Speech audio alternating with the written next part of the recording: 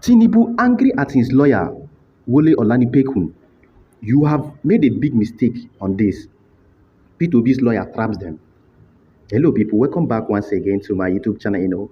One of the most difficult things to do on this particular earth is to defend Bola Ahmed Tinubu because even the lawyers defending him don't even know the kind of person he is or probably what he has done before and what he has not done. Every day we wake up, we see one incriminating or criminal news about Bola Ahmed Tinubu and probably what he has done in the past. And this is really affecting his lawyers in the election petition tribunal because they don't even know their left from right. They don't even know what they are defending. As I'm talking to you now, the news and the information we got is that Tinubu, I will show you evidence and proofs how Tinubu, he's so angry at his lead lawyer, especially Wole Olanipekun, because he really messed up and made a very big mistake in a particular case that is actually ongoing in the election petition tribunal. And this was a clear trap that P2B's lawyer set for them, and they fell inside the trap. They fell inside that particular trap. Well, I'm going to analyze everything and showcase you and show you everything. It's really funny. I love the way P2B's lawyers are actually setting traps for Tinubu and his lawyers and how they are falling inside that particular trap with the election petition tribunal. Well, before I I head straight to the point. If this is your first time of visiting this particular channel, don't hesitate, as a matter of fact, to click on the notification button so I get notified whenever I drop a new and important information like this, and equally subscribe to this particular YouTube channel. Now, let's head straight to the point. I told people that, in fact, one of the things that Bola Ahmed Tinubu's lawyers should have actually done is to reject entirely the judgment given by the court in the United States about Tinubu's $460,000 for feature. In fact, that is the only option they had. They could have, as a matter of fact, denied that Tinubu did not do anything. That the court did not give the judgment. That is the only option they had. But they know that they cannot deny it because since the court in Illinois, being in the United States, has actually released the documents and the papers of the judgment they gave to Bola Tinubu during his drug trafficking days and all that, they can no longer deny it because the court judgment and the transcript of the court judgments are everywhere on the internet. And anybody can easily go to the court to obtain it. That is the only reason they cannot actually deny it, because it is only denying that particular court ruling that can actually set Tinubu free. Provided that court ruling is there, I must tell you that a lot of implications have been done. They didn't have any other option.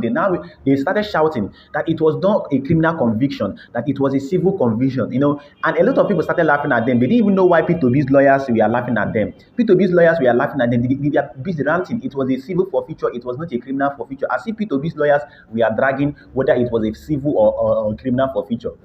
But they didn't know that it was a big trap that P2B's lawyers has actually set for them, and they had to fall inside that particular trap. When they called their lawyer, when Tinubu's lawyers called their witness to come in court, the witness confirmed, as a matter of fact, that Tinubu was actually a victim of civil forfeiture in the United States. This is what their own witness confirmed, and that is the only thing Labour Party lawyer being Livi Uzuku wanted to hear from Tinubu's witness and from Tinubu's lawyers. He wanted to confirm that they will use their mouth to say that it was a civil forfeiture.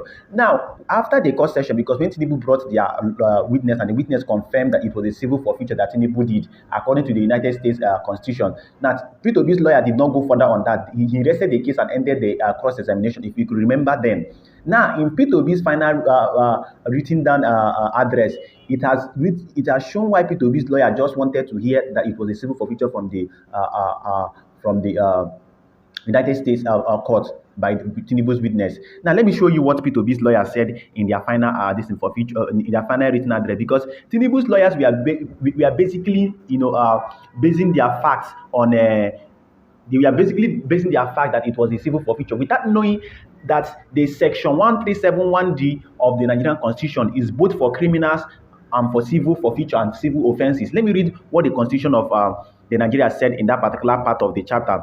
According to the Constitution of Nigeria, they said that a person shall not be qualified for election to the office of president if he is under a sentence of death imposed by any competent court of law or tribunal in Nigeria, or a sentence of imprisonment or fine for any offense involving dishonesty or fraud by whatsoever name called, or for any other offense imposed on him by any court of tribunal or substituted by a competent authority, for any other sentence imposed on him by such a court or tribunal. Now, the truth is, this particular part of the Constitution, being section 137D of the Constitution of Nigeria is not just only for criminal forfeiture, it is both for criminal and civil forfeiture.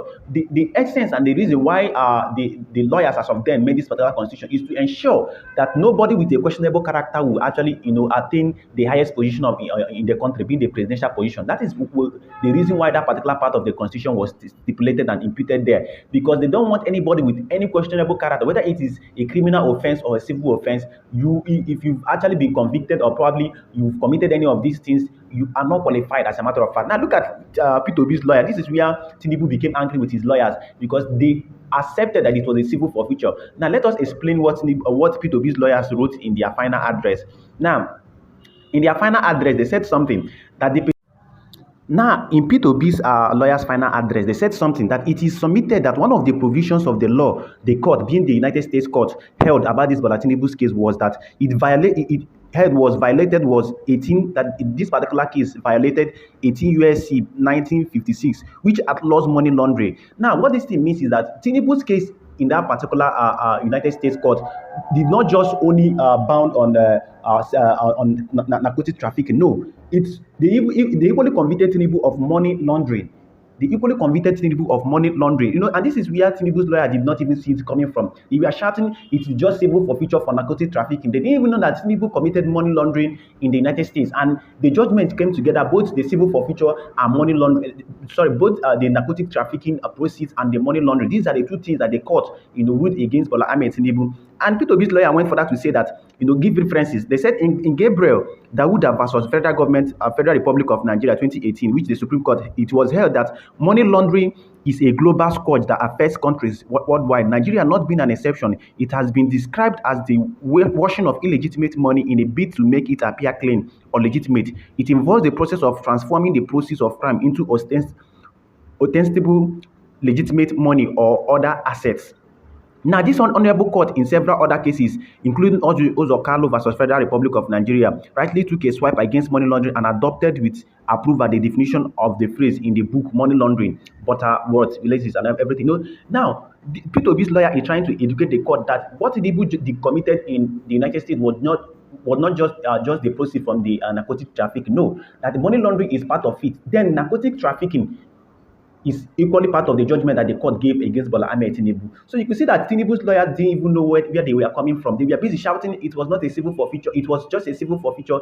They didn't know that P2B's lawyers were coming from behind. They were coming with the argument that it's Tinubu committed money laundering and equally equally drug trafficking proceeds and everything. That is why the court, if you read the judgment that the court gave together with these two offenses, that is why the court said that Tinubu will forfeit that $460,000 in his account, in his heritage account, $460,000 in his heritage account. So you could see that Tinubu's lawyers were actually dribbled. That is why Tinubu is angry, because if you are thinking that P2B's lawyers will only base it on civil forfeiture, without knowing that P2B's lawyers have read the judgment given by the United States court extensively, knowing that it bounds on money laundering, and in Nigeria, money laundering is a crime and is a fine. And P2B's lawyer equally stated that forfeiture. They equally stated that forfeiture in several occasions in which the federal government have heard, even in Abacha's case, that forfeiture means proceeds of a crime, or probably that somebody has committed a crime before somebody will actually forfeit any of his properties, which the current CJN Ariwola has held. That before you forfeit anything, it means that you must have committed a crime, or probably that forfeiture simply means a fine. And according to the Constitution of Nigeria, which we've read, they said that anybody who is under a fine or anything has no right to contest for the presidential position. And then I've told you guys earlier that the reason why the Constitution of Nigeria made this stipulation is that they don't want anybody with a questionable character to be the number one citizen of the country. So Tinubu's lawyers don't even know what is actually waiting for them. They were thinking that P2B's lawyers were playing, or probably they came unprepared. Now, Tinubu is angry at his lawyer because there's no way the court, the Election Petition Tribunal, will see all this evidence that P2B's lawyers submitted and accept mere statement that Tinubu's lawyers made that it was not a civil forfeiture. They should know that that part of the Constitution encapsulates both civil crimes, civil offenses, and criminal offenses. So as a matter of fact, Tinubu will definitely be removed. Well, I would like you guys to drop your comment in the comment section. I probably subscribe to this particular channel.